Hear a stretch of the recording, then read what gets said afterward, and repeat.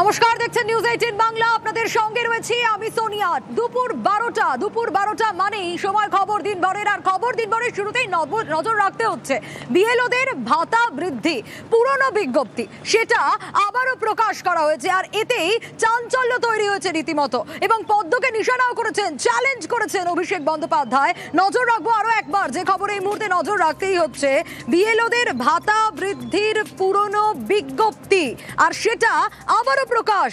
BJP কমিশনকে এবার এক যোগে তোপ অভিষেকের। আরো বিস্তারিত জানাতে পারবে আবির, রয়েছে আমার সঙ্গে। আবির, দেখো, তিনি উল্লেখ করেছেন সেটা হচ্ছে যে নির্বাচন আসলেই বিভিন্ন কেন্দ্রীয় এজেন্সি তারা সজাগ হয়ে ওঠে এবং তারা এই রাজ্যে এসে তারা তাদের বিভিন্ন যে কার্যসূচি তা সেটা শুরু করে দেন, এবং সেটি করেন হচ্ছে নির্দিষ্ট রাজনৈতিক দলের কথাতে। এবং এই অভিযোগ বারবার ধরেই তৃণমূল রেখেছে।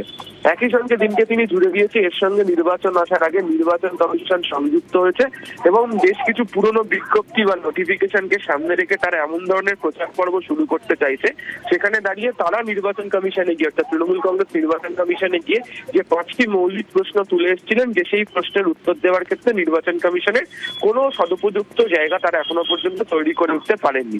অর্থাৎ এক্ষেত্রে দাঁড়িয়ে তার চ্যালেঞ্জ হচ্ছে যে আগে নির্বাচন কমিশন তার প্রশ্নগুলোর উত্তর দিক, নয়তো তিনি যেটা চ্যালেঞ্জ করেছেন সেই চ্যালেঞ্জ গ্রহণ করুক হচ্ছে বিজেপি। একই সঙ্গে তুমি জানো যে গত দুদিন ধরে লাগাতার বিজেপি নেতারা বলে আসছেন যে 2011-তে পরিবর্তন হয়নি, 2026-এ আসল পরিবর্তন হবে, বা 2021-এ যা হয়েছিল 2026-এ পলিটিক উল্টে যাবে বা বদল হবে। ঠিক সেই প্রসঙ্গেতে আজকে তিনি এক্সপ্যান্ডাল পোস্টে চ্যালেঞ্জ করেছেন এবং সেখানে তিনি উল্লেখ করেছিলেন যে 2021-এ যা ম্যান্ডেট ছিল 2026-এ তার থেকেও ব্যবধান অনেক বেশি বাড়িয়ে নেবে তৃণমূল কংগ্রেস এবং তাদের ফল অনেকটাই ভালো হবে, এবং তা নিয়েও তিনি বিজেপিকে কার্যত চ্যালেঞ্জ করেছেন। ফলে সব মিলিয়ে পাল্টা পারস্পরিক চ্যালেঞ্জ যেমন চলছে, একই সঙ্গে কমিশন সহ কেন্দ্রীয় এজেন্সির ভূমিকা নিয়েও তোপ দাগতে দেখতে পাওয়া গিয়েছে অভিষেক বন্দ্যোপাধ্যায়কে। বেশ।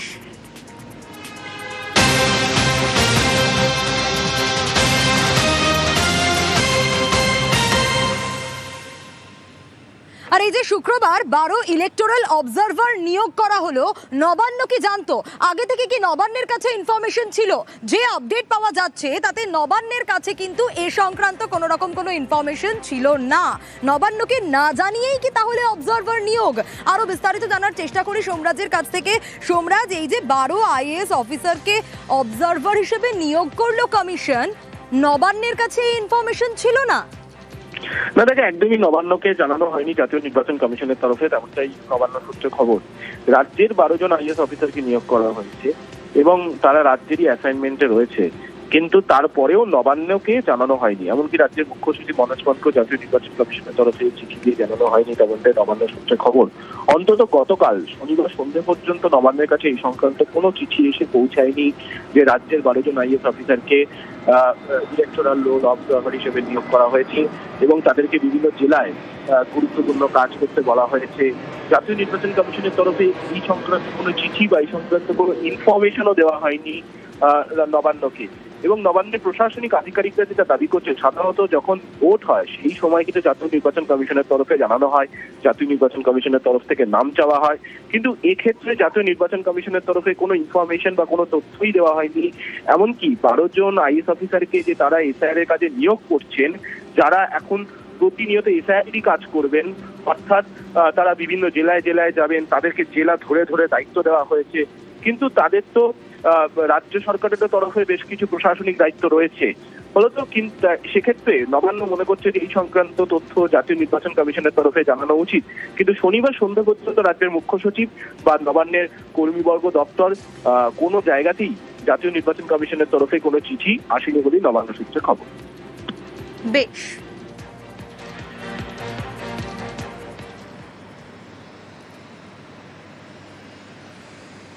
আর রাজ্যকে না জানিয়েই রোল অবজারভার নিয়োগে তরজা শুরু হয়েছে ইতিমধ্যে আইএএস অফিসারদের এই রোল অবজারভার নিয়োগে। বাড়াবাড়ি করছে কমিশন, তোপ ডেরেকের, আর পাল্টা তৃণমূলকে তোপ শ্রমিকের। ওর চাকর নাই আমরা ও আমাদের সব অফিসারদের তুলে অবজারভার পাঠিয়েছে ডিস্ট্রিক্টে without consent of the state. বাড়াবাড়ি হচ্ছে। কমিশন বাড়াবাড়ি করছে কিনা সেটা কমিশন বলতে পারবে, সুপ্রিম কোর্ট বলতে পারবে, তার উত্তর তো বিজেপি দেবে না। সরকারটা মনে হচ্ছে একটু বেশি বাড়াবাড়ি করছে। পশ্চিমবঙ্গের মানুষ চান না তৃণমূল সরকার এক মুহূর্ত আর ক্ষমতায় থাকুক। আর এসআইআর চলাকালীন 13 জন পর্যবেক্ষক নিয়োগ করা হলো। একদিকে যেরকম স্পেশাল রোল অবজারভার, তারই পাশাপাশি 12 জন ইলেকটোরাল রোল অবজারভার। আর এই নিয়ে রাজনৈতিক তরজা একেবারে তুঙ্গে।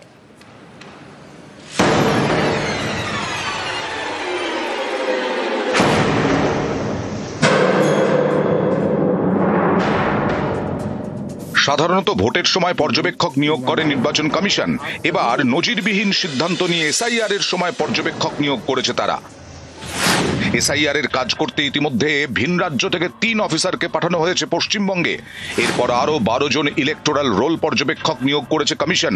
তারা এই রাজ্যেরই অফিসার।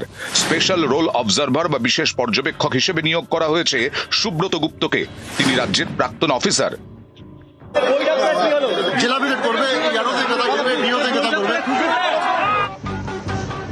রাজ্যের এসআইআর পরিস্থিতি নিয়ে শনিবার নির্বাচন কমিশনের এই নবনিযুক্ত পর্যবেক্ষকরা দীর্ঘ বৈঠক করেন।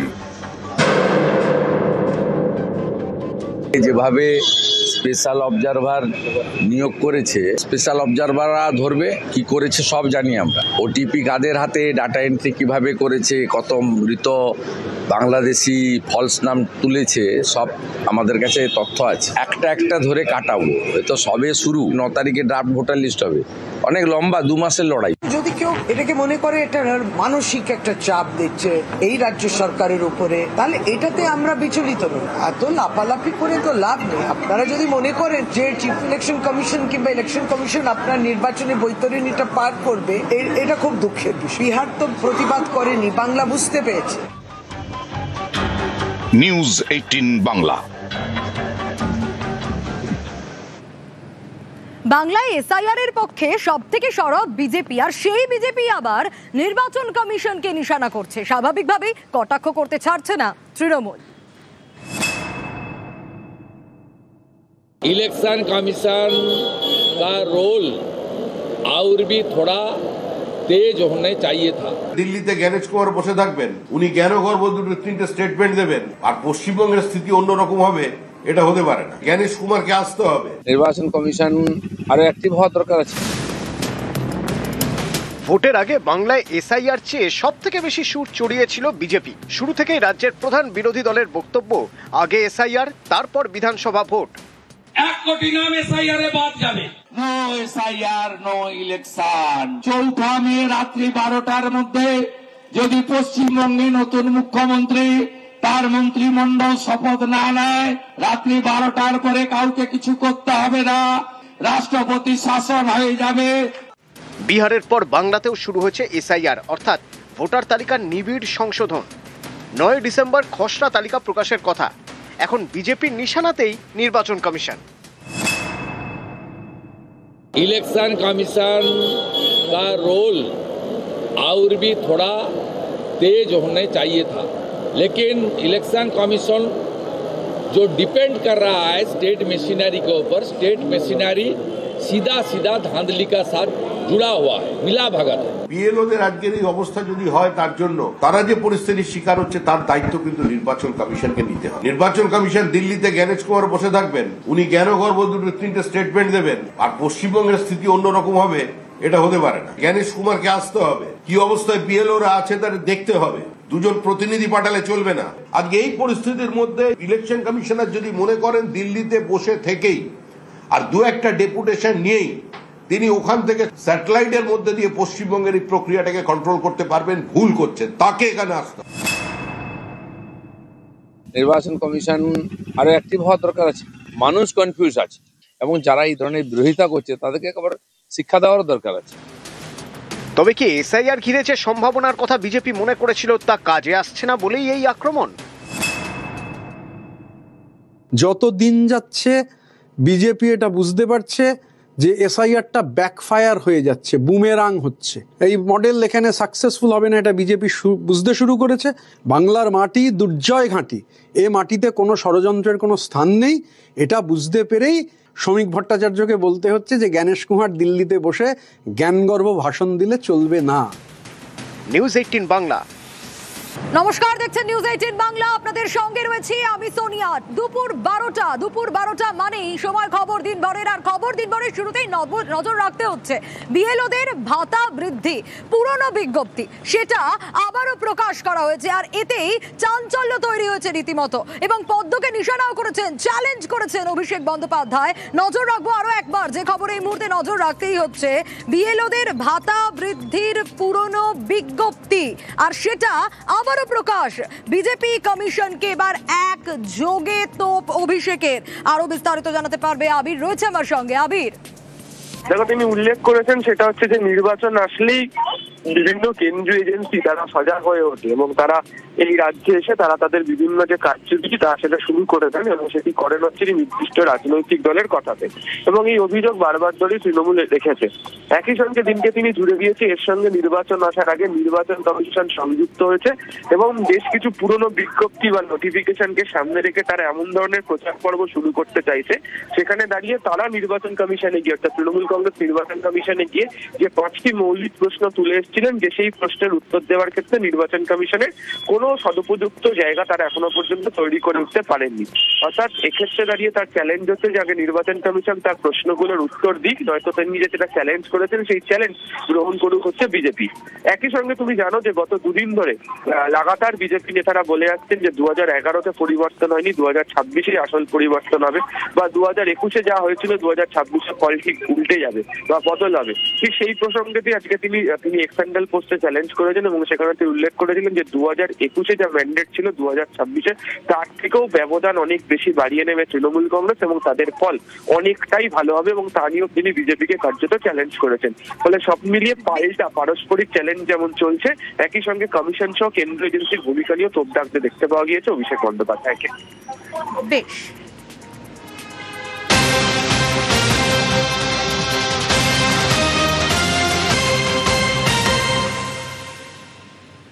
আর এই যে শুক্রবার 12 ইলেকটোরাল অবজারভার নিয়োগ করা হলো, নবান্ন কি জানতো? আগে থেকে কি নবান্নের কাছে ইনফরমেশন ছিল? যে আপডেট পাওয়া যাচ্ছে তাতে নবান্নের কাছে কিন্তু এ সংক্রান্ত কোনো রকম কোনো ইনফরমেশন ছিল না।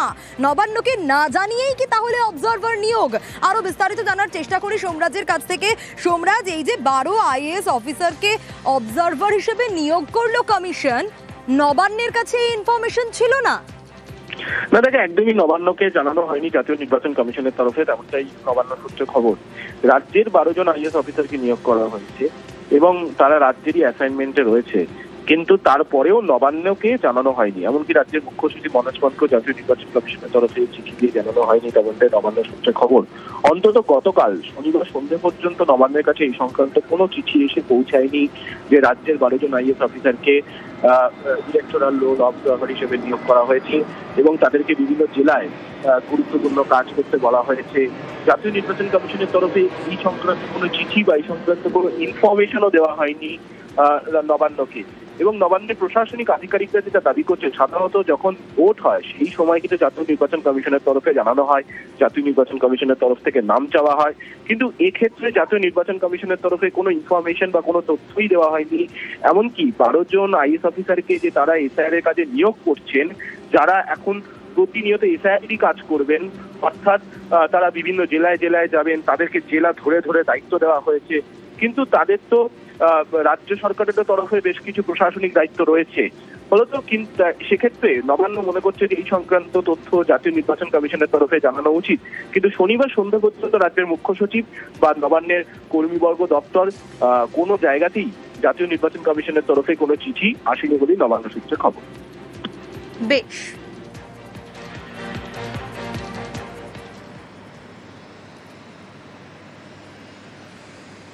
আর রাজ্যকে না জানিয়েই রোল অবজারভার নিয়োগে তরজা শুরু হয়েছে ইতিমধ্যে আইএএস অফিসারদের এই রোল অবজারভার নিয়োগে। বাড়াবাড়ি করছে কমিশন, তোপ ডেরেকের, আর পাল্টা তৃণমূলকে তোপ শ্রমিকের।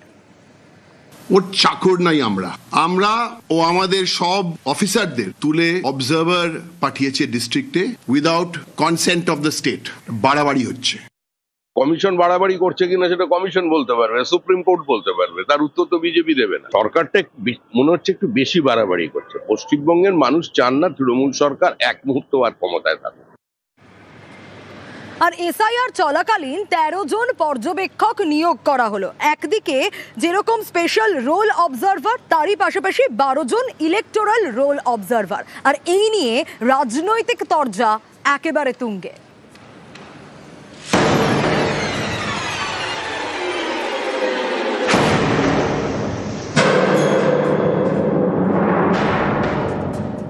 সাধারণত ভোটের সময় পর্যবেক্ষক নিয়োগ করে নির্বাচন কমিশন। এবার নজিরবিহীন সিদ্ধান্ত নিয়ে এসআইআর এর সময় পর্যবেক্ষক নিয়োগ করেছে তারা। এসআইআর এর কাজ করতে ইতিমধ্যে ভিন রাজ্য থেকে 3 অফিসারকে পাঠানো হয়েছে পশ্চিমবঙ্গে। এরপর আরো 12 জন ইলেকটোরাল রোল পর্যবেক্ষক নিয়োগ করেছে কমিশন। তারা এই রাজ্যেরই অফিসার। স্পেশাল রোল অবজারভার বা বিশেষ পর্যবেক্ষক হিসেবে নিয়োগ করা হয়েছে সুব্রত গুপ্তকে। তিনি রাজ্যের প্রাক্তন officer.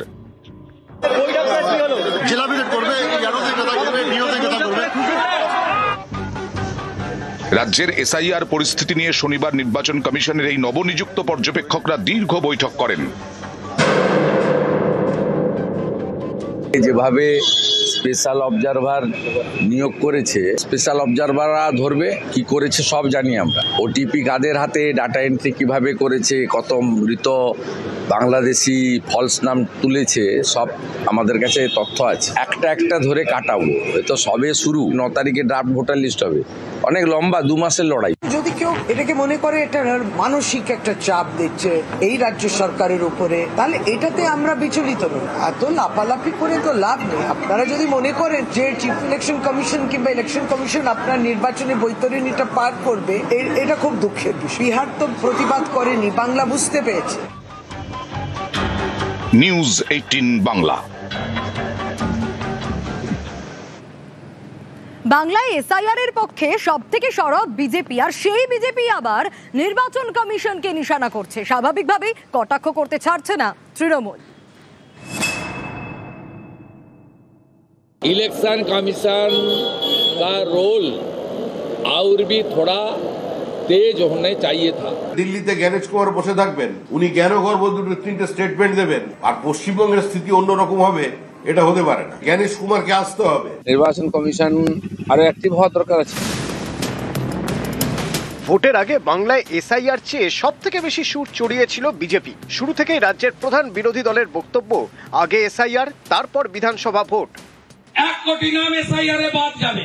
No SIR no election. 4 মে রাত্রি 12টার মধ্যে যদি পশ্চিমবঙ্গে নতুন মুখ্যমন্ত্রী তার মন্ত্রিমণ্ডল শপথ না নেয়, রাত্রি 12টার পরে কাউকে কিছু করতে হবে না, রাষ্ট্রপতি শাসন হয়ে যাবে। বিহারের পর বাংলাতেও শুরু হয়েছে এসআইআর, অর্থাৎ ভোটার তালিকার নিবিড় সংশোধন। 9 ডিসেম্বর খসড়া তালিকা প্রকাশের কথা। এখন বিজেপির নিশানাতেই নির্বাচন কমিশন। इलेक्शन कमीशन का रोल और भी थोड़ा तेज होने चाहिए था, लेकिन इलेक्शन कमीशन जो डिपेंड कर रहा है स्टेट मशीनरी के ऊपर, स्टेट मशीनरी सीधा सीधा धांधली का साथ जुड़ा हुआ है, मिला भगत है। বিএলওদের আজকের এই অবস্থা যদি হয়, তার জন্য তারা যে পরিস্থিতির শিকার হচ্ছে তার দায়িত্ব কিন্তু নির্বাচন কমিশনকে নিতে হবে। নির্বাচন কমিশন দিল্লিতে জ্ঞানেশ কুমার বসে থাকবেন, উনি জ্ঞানগর্ভ 2-3টে স্টেটমেন্ট দেবেন, আর পশ্চিমবঙ্গের স্থিতি অন্যরকম হবে, এটা হতে পারে না। জ্ঞানেশ কুমারকে আসতে হবে। কি অবস্থায় বিএলওরা আছে তার দেখতে হবে। 2 জন প্রতিনিধি পাঠালে চলবে না।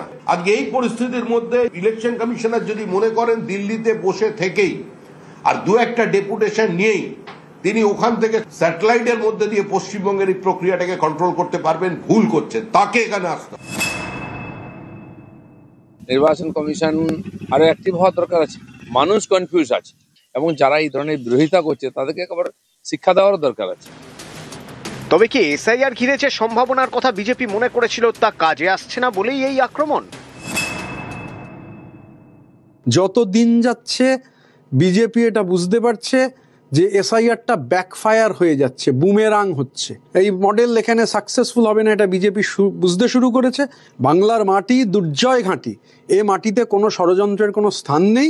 এটা বুঝতে পেরেই শ্রমিক ভট্টাচার্যকে বলতে হচ্ছে যে জ্ঞানেশ কুমার দিল্লিতে বসে জ্ঞানগর্ভ ভাষণ দিলে চলবে না। নিউজ 18 বাংলা।